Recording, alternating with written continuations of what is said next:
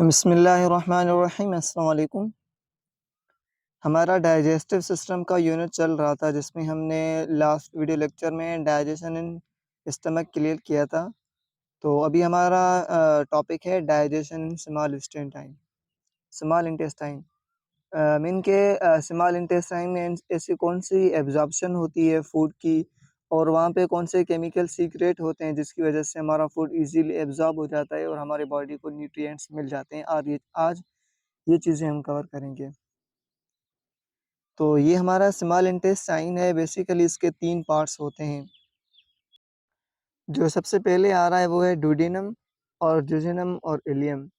ये तीनों पार्ट्स होते हैं जिसमें हमारे फूड की एब्ज़ॉर्प्शन होती है, लेकिन ज़्यादातर जो एब्ज़ॉर्प्शन होती है वो डुओडेनम में होती है, क्योंकि यहाँ पे ही हमारे पैनक्रियाज़ से जो पैनक्रियाटिक डक्ट के थ्रू जो पैनक्रियाटिक जूस आता है जिसमें बहुत सारे एंजाइम होते हैं, लाइपेज़ होता है, एमाइलेज़ होता है, ये सारी चीज़ें इसमें आ रही होती हैं। फिर इसकी वजह से हमारे फूड की ईज़िली ब्रेकडाउन हो जाती है एंजाइम की वजह से और फूड ईज़िली एब्ज़ॉर्ब हो जाता है। और उसके अलावा बाइल की सीक्रेशन भी यहाँ डुओडेनम में हुई होती है और उसके अलावा हमारा फूड जो होता है स्टमक के बाद वो भी डुओडेनम में आता है, जो मतलब कि ज़्यादातर जो एब्ज़ॉर्प्शन वगैरह होती है, ये सारी चीज़ें वो डुओडेनम में होती हैं। फिर इलियम और फिर जेजुनम और फिर इलियम में फूड पास आउट होके लार्ज इंटेस्टाइन में पहुँच जाता है। और एक चीज़ आपने यहाँ पे क्लियर करनी है कि स्मॉल इंटेस्टाइन जो है ना, उसे स्मॉल हम इसलिए कहते हैं कि उसका डायमीटर छोटा है। वैसे इसकी इसकी जो लेंथ है ना वो लार्ज इंटेस्टाइन से ज़्यादा है। तकरीबन इसकी 20 फीट जो है ना इसकी लेंथ है और इसका डायमीटर छोटा है, इसकी वजह से हम इसे स्मॉल कहते हैं।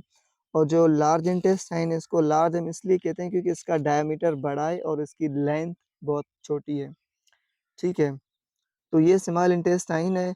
The small intestine is a vital part of the digestive system responsible for absorbing essential nutrient from food into the blood stream. एक वाइटल ऑर्गन है बॉडी का, डाइजेस्टिव सिस्टम इसका रोल है जिसमें हमने बहुत सारे हमारे बॉडी के न्यूट्रिएंट्स जो एब्जॉर्ब होते हैं, एब्जॉर्ब होने के बाद ये ब्लड स्ट्रीम में जाके हमारे लिवर के पास पहुँचती है, फिर लिवर के बाद ये सारी बॉडी में फैल जाती है जिसकी वजह से हमारे बॉडी को एनर्जी मिलती है। ठीक है, फिर कहता है कि this long thin tube is divided into 3 section and is lined with finger like projection called villi. अच्छा, ये स्मॉल इंटेस्टाइन जो है वो 3 पार्ट्स में डिवाइड किया गया है और इसके अंदर स्मॉल फिंगर लाइक प्रोजेक्शन होती है जिसको हम विलाई कहते हैं। बेसिकली ये विलाई होते हैं जो हमारे स्मॉल इंटेस्टाइन में एब्ज़ॉर्प्शन कर रही होती हैं। ये विलाई स्मॉल इंटेस्टाइन के इनर पार्ट्स में मौजूद होते हैं। इनर पार्ट्स जिसे हम ल्यूमन कहते हैं। ल्यूमन किसी भी ऑर्गन के इनर जो पार्ट्स होता है ना उसको कहते हैं। जैसे हमारी ब्लड वेसल्स हैं, तो वेसल्स के अंदर जहाँ पे ब्लड सर्कुलेट कर रहा होता है ना अंदर, तो ये इनर पोर्शन को हम ल्यूमन कहते हैं, ठीक है? तो ये ब्लड की ये न्यूट्रिएंट्स की एब्ज़ॉर्प्शन भी स्मॉल इंटेस्टाइन में ऐसे ही होती है। Which increase the surface area of absorption, जो आपकी सरफेस एरिया यानी एब्ज़ॉर्प्शन को बढ़ा देती है, मतलब एक अच्छी एब्ज़ॉर्प्शन करवाती है। फिर कहता है कि as food pass through the small intestine enzyme and digestive juices break down carbohydrate protein and fat into smaller molecule that can be absorbed into a blood stream। ये कह रहा है कि जब हमारा फूड पास आउट होता है small intestine में आ जाता है, तो स्मॉल इंटेस्टाइन में आने के बाद कुछ एंजाइम होते हैं, डाइजेस्टिव जूसेस होता है जो कि हमारे कार्बोहाइड्रेट प्रोटीन और फैट को ब्रेक डाउन कर रहा होता है स्मॉलर पार्टिकल्स में, ताकि हमारी बॉडी उनको इजीली एब्जॉर्ब कर सके। The small intestine is approximately 20 feet long and play a crucial role in overall health and well-being। 20 feet इसकी लेंथ है और इसका मेजर जो रोल है वो क्या है, supply body with the necessary nutrients. ये बॉडी को न्यूट्रिएंट्स सप्लाई करता है, मतलब एब्जॉर्प्शन यहाँ पे होती है। तो बेसिकली यही पार्ट बना के जो हमारे बॉडी को मतलब न्यूट्रिएंट्स सप्लाई करता है जिसकी वजह से हमें एनर्जी मिलती है, हमारी ग्रोथ होती है, हमारे बॉडी की रिपेयर होती है।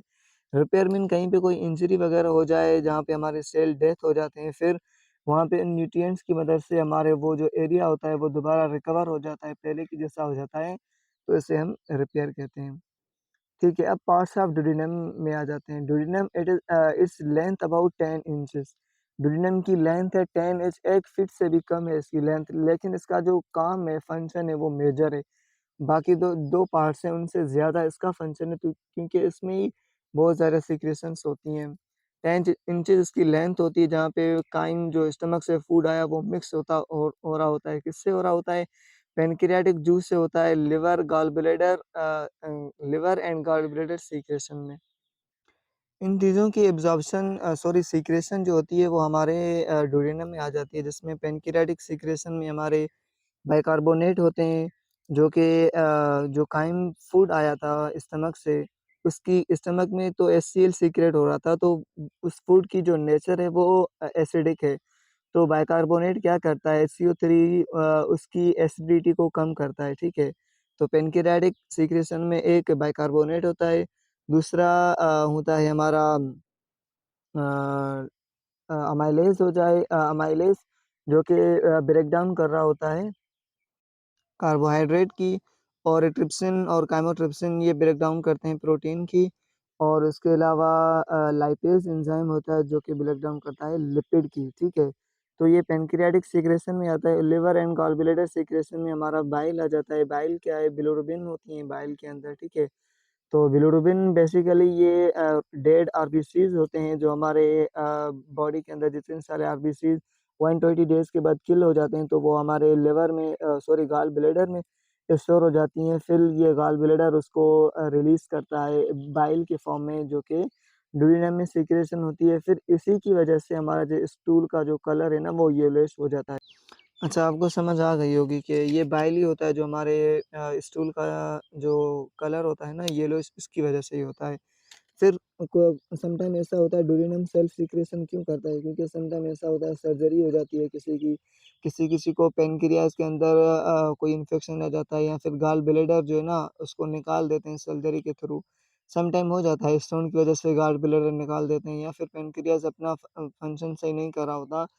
तो हमारे फूड को तो वो उन चीज़ों की नीड होती है ना, मतलब एब्ज़ॉर्प्शन के लिए, ब्रेकडाउन के लिए। तो उस टाइम क्या करता है, ड्यूोडेनम सेल्फ सीक्रेशन करता है, ब्रेन के थ्रू इसको सिग्नल मिलती है, फिर सिग्नलिंग के बाद ड्यूोडेनम सेल्फ सीक्रेशन करता है।